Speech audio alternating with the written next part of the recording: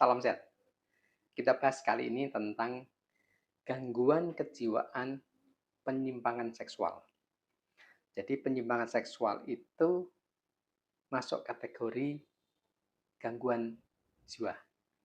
Dan di dalam ilmu kedokteran jiwa, penyimpangan seksual ini disebut dengan parafilia. Ya. Dan parafilia ini jenisnya banyak sekali. Ada beberapa yang muncul di masyarakat atau yang masyarakat mengetahui atau perlu mengetahui bahwa sebetulnya orang tersebut sebetulnya gangguan kejiwaan penyimpangan seksual, tetapi masyarakat mungkin tidak tahu. Sehingga ada 12 yang perlu saya sebutkan di sini tentang parafilia yang perlu Anda ketahui. Yang pertama adalah fetisisme. Fetisisme ini adalah seseorang yang punya penyimpangan seksual yang dia bergairah ketika berhubungan atau memegang benda yang biasa dipakai lawan jenis. Misalnya seorang laki-laki yang menderita fetisisme, dia akan bergairah ketika memeluk sepatu seorang perempuan, bra atau celana dalam perempuan. Sehingga kalau ada seorang laki-laki yang mencuri celana dalam, mencuri bra, bisa jadi dia adalah sebetulnya penderita itu. Yang kemudian dia di kamar, dia akan memeluk, membayangkan seorang perempuan sambil melakukan onani atau masturbasi. Corilah pasnya, ya itu. Itu yang pertama, fetisisme. Yang kedua, eksibisionisme, yaitu mempertontonkan alat kelaminnya pada seseorang atau pada kerumunan orang yang tidak disepakati. Artinya bukan berarti dia dengan seorang perempuan, kemudian lihat nih punya aku. Nah, yang seorang wanita melihat, oh, nah, artinya ini ada kesepakatan. Nah, penderita ini biasanya akan pura-pura masuk ke dalam toilet perempuan. Kemudian dia membuka celananya, mempertontonkan alat kelaminnya. Ya. Kalau si ibu-ibu atau perempuan yang ada di dalam toilet itu kemudian dia histeria, maka dia sangat bergairah. Nah, kemudian dia akan menyendiri, memuaskan diri dengan masturbasi atau onani. Ya, itu eksibisionisme. Kemudian yang ketiga adalah voyeurisme. Voyeurisme ini adalah seseorang yang punya kelainan seksual dengan cara mengintip. Bisa mengintip orang mandi, bisa mengintip suami istri yang lagi hubungan seksual. Dan dia mengintip, kemudian dia bergairah sambil dia melakukan masturbasi atau onani. Ya, itu voyeurisme.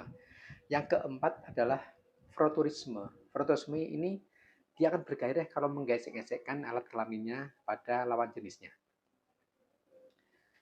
Dan biasanya itu akan terjadi di bus yang penumpangnya padat, di kereta, atau di kerumunan.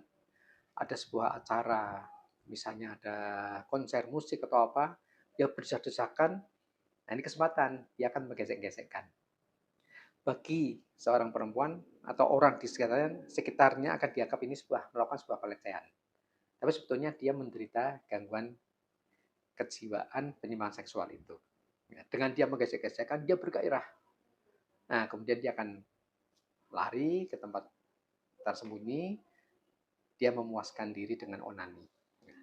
Itu frotteurisme. Kemudian yang kelima, transvestisme. Transvestisme ini seseorang yang bergairah ketika dia memakai pakaian lawan jenisnya. Seorang lelaki dia pakai gaun, pakai pakaian wanita, pakai rambut palsu, dia berdandan ala wanita, kemudian setelah itu dia berkaca, dia bergairah, kemudian dia melakukan pemuasan diri dengan masturbasi. Ya. Itu transvestisme. Dan yang keenam, seksual masokisme. Penderitanya ini suka disakiti, baik fisik maupun verbal. Sehingga ada orang-orang yang kadang-kadang dia melakukan suatu kesalahan, kemudian dimaki-maki. Dan dia dimaki-maki, dia bergairah. Ya. Bisa juga dia minta disakiti dulu. Kalau suami istri, seorang yang menderita masokisme ini, dia minta disakiti dulu. Ya. Beda dengan sadisme. Ya, tadi itu yang keenam, seksual masokisme. Kemudian yang ketujuh, sadisme seksual. Ini penderitanya justru malah akan menyakiti pasangannya. Sampai pasangannya ini tersakiti, nangis-nangis, atau dia merintih, nah kemudian dia akan melanjutkan dengan hubungan seksual. Nah, yang ke-8 adalah sadomasokisme. Nah, sadomasokisme ini kalau misalnya ada pasangan yang satunya menderita masokisme, satunya menderita sadisme, maka ini sepertinya pas. Yang satu akan menyakiti, satunya suka disakiti. Tetapi ini sebuah pasangan suami istri yang sangat tidak sehat. Karena pasti akan terjadi gangguan-gangguan di fisik ya. Ketika dia disakiti, ya dia dijemati, dicambuk. Ya, sehingga orang-orang yang menderita sadisme kadang-kadang dia memakai pakaian tertentu, pasangannya ini kemudian diikat, kemudian dicambuk, ya. Sehingga kalau ada orang yang melihat film-film porno dengan pola-pola seperti itu, sebenarnya ini seperti halnya sadisme dan satunya masokisme. Nah, itu ya. Nah, kemudian yang ke-9, asfiksiofilia. Orang yang menderita gangguan kelainan seksual ini, dia lebih senang kalau pasangannya ini dicekik. Dia senang mencekik. Ya. Sehingga pasangannya ini tersengal-sengal, kesulitan nafas, dia semakin bergairah dalam hal hubungan seksual. Ketika melihat pasangannya dicekik tadi, merasa dia kesulitan nafas. Ya. Itu asfiksiofilia. Yang ke-10 adalah pedofilia. Pedofilia ini adalah seseorang yang bergairah dengan anak-anak di bawah umur 13 tahun. Dan kadang-kadang orang yang melakukan pedofilia ini kita tidak tahu, ada di sekitar kita.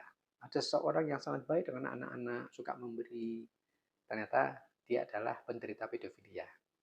Si anak-anak ini mungkin dia takut karena diancam untuk melaporkan, atau juga dia ketidakenaan karena sering diberi sesuatu sama penderita tadi.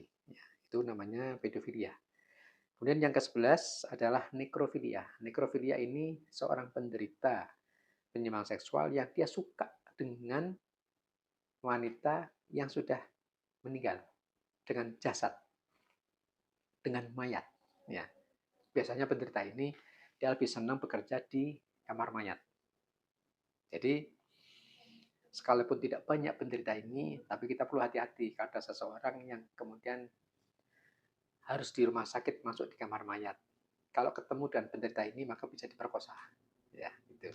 Bukan menakut-nakuti, tapi artinya penderita ini ada. Ya. Tidak selalu pegawai di kamar mayat menderita ini, tidak selalu. Tapi biasanya orang yang menderita seperti ini dia akan bekerja di sana, atau dia akan bekerja menjadi penggali kubur, ya.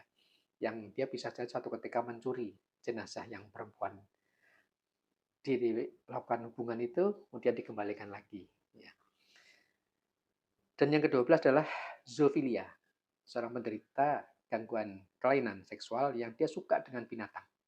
Dan biasanya penderita ini akan menjadi pengembala binatang. Dan yang paling pas adalah ya kambing ya. Nggak mungkin seorang dengan kerbau yang besar. Ya, biasanya kambing. Ketika dia di hutan atau dia di sawah yang luas, yang jauh dari pemukiman, nah dia bisa melakukan hubungan seksualnya dengan binatang gembalanya itu. Ya, jadi dia dengan dalih menjadi penggembala, tapi sebetulnya dia akan menyalurkan hasratnya dengan binatang itu. Itu ya, jadi ada 12 parafilia yang bisa terjadi di sekitar kita. Sebetulnya masih ada lagi di luar 12 itu. Ya, jadi yang saya ulangi, yang pertama fetisisme, kemudian eksibisionisme, yang ketiga voyeurisme, yang keempat frotteurisme, yang kelima transvestisme, yang keenam seksual masochisme, yang ketujuh sadisme seksual, yang kedelapan sadomasochisme, yang kesembilan asfiksiofilia, yang ke-10 pedofilia, yang ke-11 nekrofilia, dan yang ke-12 zoofilia. Itu ya yang perlu Anda ketahui tentang parafilia atau gangguan kejiwaan penyimpangan seksual. Itu ya, salam sehat.